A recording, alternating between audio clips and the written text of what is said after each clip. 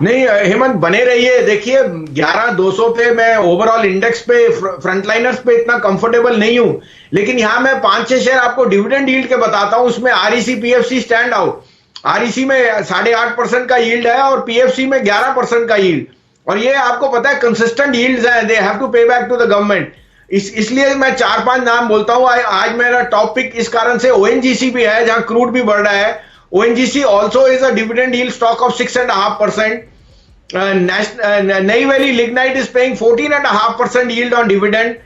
Coal India 10%, PFC 11%, NMDC 6.2%. तो icing on the cake will be कि 20% का stock upside मिल जाए, बट कैश ऑन हैंड आपको बताता है कि dividend yield is very very lucrative. तो इन 5-6 शेयरों की बास्केट बनाइए। REC PFC are telling you कि एट अ टाइम जब बॉन्ड यील्ड्स लोएस्ट पे हैं, इनको सबसे ज्यादा मार्जिन क्रिएशन है। और साथ में power is doing extremely well. और आप देख रहे हो कि power generators distribution recovery process जो स्टॉल हो गया था वो भी बेटर है। तो आई थिंक पीएफसी आरईसी में एज अ स्टॉक भी मुझे 20-25% का अपसाइड दिखता है over the next 1 year, but the dividend yield makes it attractive to buy even right now. Azeem साहब, स्वागत है। फार्मा स्टॉक्स की बात हो रही थी आपके आने से पहले। बताइए आपके इस समय के फेवरेट्स कौन से हैं, और ये जो नतीजे आए हैं कुछ फार्मा कंपनियों के, इस पर भी अगर आपकी राय हो। डिवीज लैब आपको कैसा नजर आया? सिप्ला पर आपकी क्या राय है? और शिल्पा मेडिकेयर पर भी राय दीजिए प्लीज। हाँ, गुड मॉर्निंग हेमंत, आपको भी और बाकी सबको भी। हाँ बिल्कुल, आप देखिए हेमंत जी के pharma is now blue eyed boy.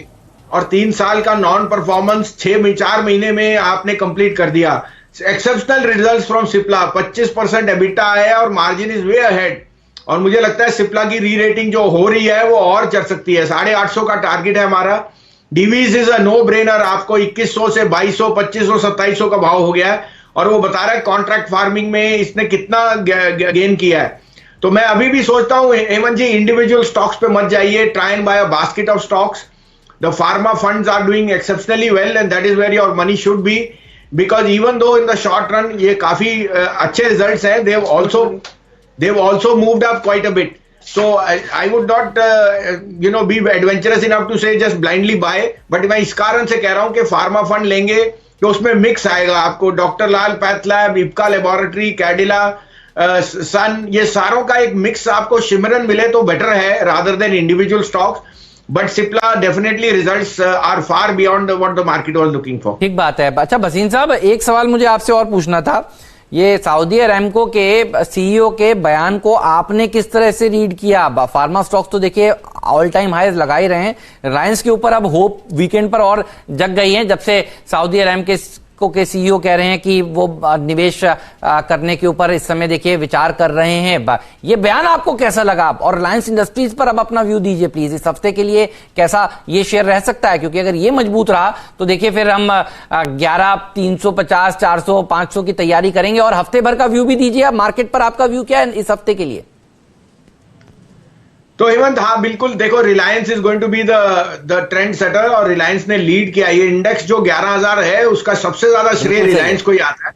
और आपको पता है कि सऊदी अरामको ने डिविडेंड भी दिया है, बट उनके रिजल्ट्स काफी वीक थे, उनको गिवन एटमोस्फियर है।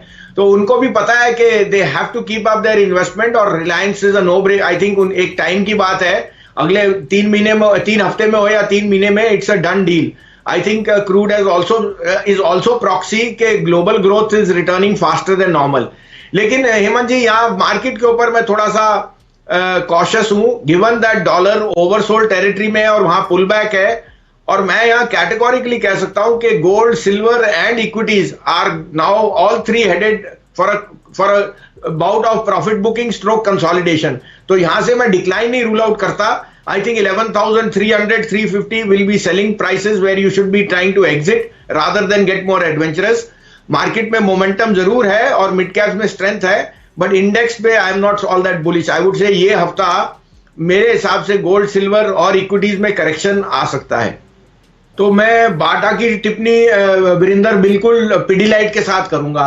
दे आर बोथ कंजम्पशन स्टॉक, और आपको पता है बाटा इज द लार्जेस्ट, उसका जो टर्न अराउंड था because it started to contracting most of its business, और आपको पता है रिटेल आउटलेट्स ओपनिंग और मैन पावर एग्जीक्यूशन में प्रॉब्लम आई है। But I think the brand is very strong. जैसे आपने पिडिलाइट में भी देखा नंबर्स और स्टॉक का परफॉर्मेंस 1-2 महीने से वीक था, but the pullbacks have started. तो market now is building in के reopening and the oncoming आपकी दिवाली में ही अक्टूबर में जल्दी हमारी दिवाली और बाकी फेस्टिवल्स भी होंगे, तो उनको एक एक्सपेक्टेशन है कि pullback because of consumption spending will be even sharper. तो ये पेडिग्री स्टॉक्स हैं और इनमें हमेशा आपको प्रीमियम बन के रहेगा। तो आई थिंक इनमें जो वीकनेस आनी थी वो नंबर से पहले ऑलरेडी प्राइस्ड इन है, और मैं अभी भी सोचता हूं बाटा जो brand is doing exceptionally well. और आपने देखा आप ही के चैनल पे पिडिलाइट उस दिन काफी रेकमेंड भी हो रहा था कि बाय द फॉल, और वो राइटली शो भी हुआ। I think both the stocks का आपको सिप करना चाहिए, और जो भी वीकनेस है वो अगले 12-16 हफ्ते में प्राइस्ड इन हो जाएगी। बट अगेन जो मैं रीइटरेट करता हूं कि given the consumption spending boom which we expect from October onwards, I would say ये दोनों आपके पोर्टफोलियो में दोनों होने चाहिए। आप तो पिडिलाइट के नतीजे खराब थे, सब मार्जिन ढीले की बात थी। भसीन साहब हमारे साथ थे, हम लोग कह रहे थे पिडिलाइट खरीदिए, बेचिए मत, और क्या गजब की रैली देखने को मिली पिडिलाइट में। भसीन साहब, टेलीकॉम कंपनियों पर आपकी राय, आप इस इवेंट को किस तरह से देख रहे हैं और कौन से स्टॉक्स के ऊपर फोकस फिर आज होना चाहिए बैंकिंग स्पेस में भी, ये भी बताइए। हाँ, तो हेमंत देखिए, आई थिंक काफी अहम फैक्टर है, और मुझे लगता है कि इस पे टिप्पणी करना मुश्किल है because the Supreme Court is an apex court, और जो उनकी जजमेंट है we have to stand by. मुझे लगता है जरूर है कि कुछ ना कुछ ढील थोड़ी सी दी जाएगी, और दोनों पार्टियों को आई थिंक उसकी रजामंदी होगी। उनको टाइम चाहिए, और आइडिया ने आपको बता भी दिया है कि क्या टाइप का स्ट्रेस है एट अ टाइम जब ARPUs are hitting new highs, और मुझे लगता है Idea is also going to see a sharp uptick in ARPU over a period of time.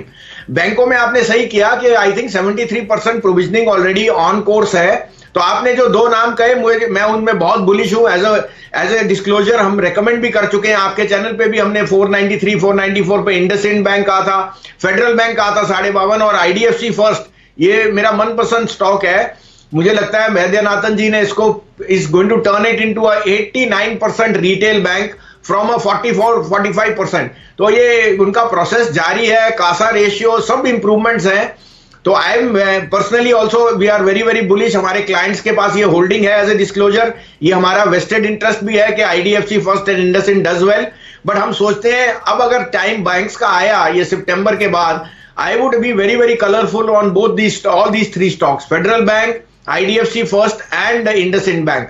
आज आई थिंक मार्केट में थोड़ी वॉलेटिलिटी आ सकती है, but I am again reiterating के इन तीनों शेयरों में आप शिफ्ट कीजिए 12-16 हफ्ते के लिए, और आप निराश नहीं रहेंगे बिकॉज ये शेयरों में इनहेरेंटली जो अब नेक्स्ट अपटिक आएगा दे will be participating on the upside. Bhasin साहब, आपकी फेवरेट डिफेंस कंपनी कौन सी है? आपको कौन सा स्टॉक सबसे अच्छा लगता है इस स्पेस में से?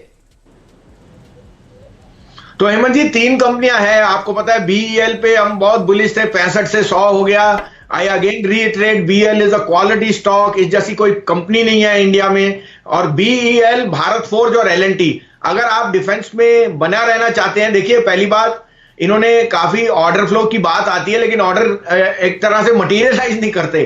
बट इन 3 companies have the lion share of the business. L&T and Bharat Forge have already set up capacities, और अगर इनमें और मोमेंटम बना तो they will be the one which will gain. तो तीनों में रिस्क रिवॉर्ड बहुत फेवरेबल है, आपको तीनों की बास्केट करनी चाहिए। जैसे आपको कहा मार्केट वॉलेटाइल है, अगले 4-6 हफ्ते में हमें करेक्शन भी दिखता है, तो इस कारण से शिफ्ट कीजिए इन तीनों शेयरों में। I think you will be richly rewarded in the next 1 year, and quality stocks all 3 of them, BEL, Bharat Forge and LNT.